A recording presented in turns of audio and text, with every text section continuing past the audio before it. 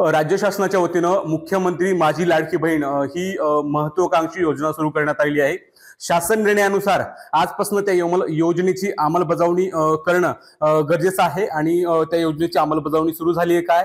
काय परिस्थिती आहे, नागरिक ज्या महिला आहेत, ज्यांना जे लाभार्थी आहेत त्यांनी कुणाशी संपर्क केला पाहिजे, या सगळ्या विषयावर बोलण्यासाठी आपल्यासोबत आहेत हिंगोलीचे जिल्हाधिकारी जितेंद्र पापळकर, ते या समितीचे जिल्ह्याचे अध्यक्ष आहेत। साहेब, काय योजनेची इतंभूत माहिती काय आहे आणि लोकांनी कुणाकडे अप्रोच व्हायला पाहिजे, कुणाकडे डॉक्युमेंट द्यायला पाहिजे? मुख्यमंत्री माझी लाडकी बहीण या महत्वाकांक्षी योजनेचा शासन निर्णय प्राप्त झालेला आहे आणि त्या निर्णयाप्रमाणे महाराष्ट्रातील सर्व 21 ते 60 वर्ष वयोगटातील सर्व महिलांना या योजनेमध्ये लाभ देता येणार आहे।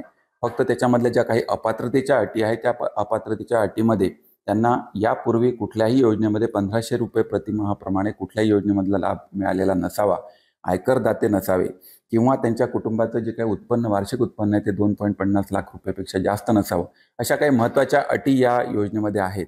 आणि यामध्ये साधारणतः आपण सर्व जिल्ह्यातील काही विधवा किंवा विवाहित किंवा परित्यक्ता किंवा निराधार अशा सर्वच महिलांना या योजनेमध्ये कव्हर करण्याच्या सूचना आहेत। आजच माननीय मंत्री महोदय तटकरे मॅडम यांनी आता या ठिकाणी VC पण घेतली आणि त्याच्यामधल्या काही शंकांचं समाधान केलं आणि काही आता याचं जे काही ॲप आहे ते ॲप निर्माण करणे आम्हाला उद्यापर्यंत ते उपलब्ध होणार आहे। परंतु तूर्त आज ज्या काही महिलांना आज जर का अर्ज भरायचा असेल किंवा उद्या सकाळपासून जर अर्ज भरायचे असतील तर त्याच्यासाठी ऑफलाईन अर्ज आम्हाला उपलब्ध झालेला आहे आणि ह्या ऑफलाईन अर्ज आपण आपल्या अंगणवाडी सुपरवायझर जे आहेत, अंगणवाडी सेविका यांच्यापर्यंत आम्ही तो पोहोचवलेला आहे। त्यांच्या माध्यमातून आता सर्व गावामधून महिलांना हा अर्ज त्यांच्याकडे भरून घेतील आणि मग तो आपल्या ॲप आल्यानंतर ॲपमध्ये त्याचं अपलोडिंग पुन्हा तिथून होणार आहे। बरं, आज बैठक झाली, VC झाली, तुम्ही सांगताय शासन निर्णयानुसार आजपासून ह्या योजनेची अंमलबजावणी होणं गरजेचं होतं। काही अडचणी आहेत का, काही त्रुटी आहेत का, अजून ॲप डेव्हलप झाली नाही असं तुम्ही सांगताय? नाही, ॲप डेव्हलपमेंटच्या प्रोसेसमध्येच आहे। आज फक्त आजच्या ऐवजी तर उद्या येईल, पण त्याच्यामुळे काही काम थांबणार नाही आहे। काम आपल्याकडे त्यांनी आपल्याकडे ऑफलाईन जो आहे तो अर्ज आपल्याकडे दिलेला आहे, ते काम आपल्याला लगेच उद्यापासून सुरू करता येणार आहे। आज आम्ही त्याच्या संदर्भातले प्रेस नोट पण इश्यू करतोय आणि लेखी गाईडलाईन्स आम्ही ऑलरेडी काढलेल्या, पुन्हा आम्ही एकदा CO साहेबांच्या आणि माझ्या सैन्याने काम काढतोय गाईडलाईन्स। एक महत्त्वाचा ह्या योजनेच्या संदर्भामध्ये प्रश्न निर्माण होतो, कागदपत्र जमा करत असताना लाभार्थ्यांची मोठी हेळसांड होत असते आणि ठिकाणी जादा दरानं पैसे मागितले जातात। जे ऑनलाईन केंद्र जे CSC सेंटर आहे तिथे पण जास्त दरानं पैसे मागतात। मग यावर प्रशासनाचं कसं लक्ष असणार आहे आणि कशा पद्धतीनं सोयीस्कर हे डॉक्युमेंट उपलब्ध करून देण्याचा प्रयत्न राहणार आहे?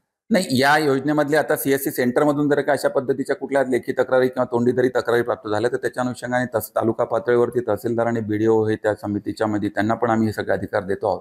अशा संदर्भात तात्काळ त्याची चौकशी करून त्यांच्याविरुद्ध कारवाई करण्यात येईल आणि जे काही उत्पन्न आणि बाकीचे जे कागदपत्र लागणार आहे त्यासाठी ऑनलाईन सगळी आता सुविधा उपलब्ध आहेत। ज्या लोकांचे त्यांचे उत्पन्नाचे प्रमाणपत्र किंवा काही काढायचे असतील त्याच्या संदर्भामध्ये तहसीलदारांच्या स्तरावरती तात्काळ ते मिळतील, याच्या अनुषंगाने आम्ही त्याची खाली तहसीलदारांच्या स्तरापर्यंत आम्ही सूचना देत आहोत। बरं, साधारणतः जिल्ह्यामध्ये ही सुरुवात कधी होणार आहे, हे प्रपोजल घेण्याचे जे काही प्रस्ताव आहेत त्यांचे? लगेच सुरुवात होईल। उद्यापासून जरी महिला त्या ठिकाणी गेल्या अंगणवाडीच्याकडे तर त्या लगेच त्यांच्याकडनं अर्ज भरून घेण्याला सुरुवात होईल। त्याच्यात मुद्दे आहेत, त्याच्यात ती आल्यानंतर ते अपलोड करणे, त्याची लिस्ट काढणे, ती लिस्ट पब्लिश करणे, त्याच्या संदर्भात क्लेम्स अँड ऑब्जेक्शन मागवणे, या सगळ्या प्रोसेस आहेत 15 तारखेपर्यंत आणि हा पहिला टप्पा राहणार आहे। 15 जुलैपर्यंत आता 15 टप्पा आहे।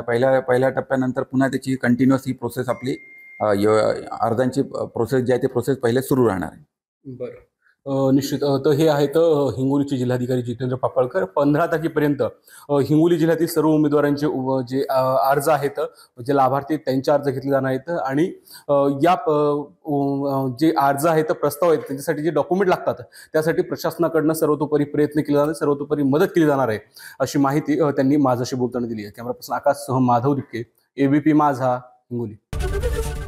ABP माझा, उघडा डोळे बघा नीट।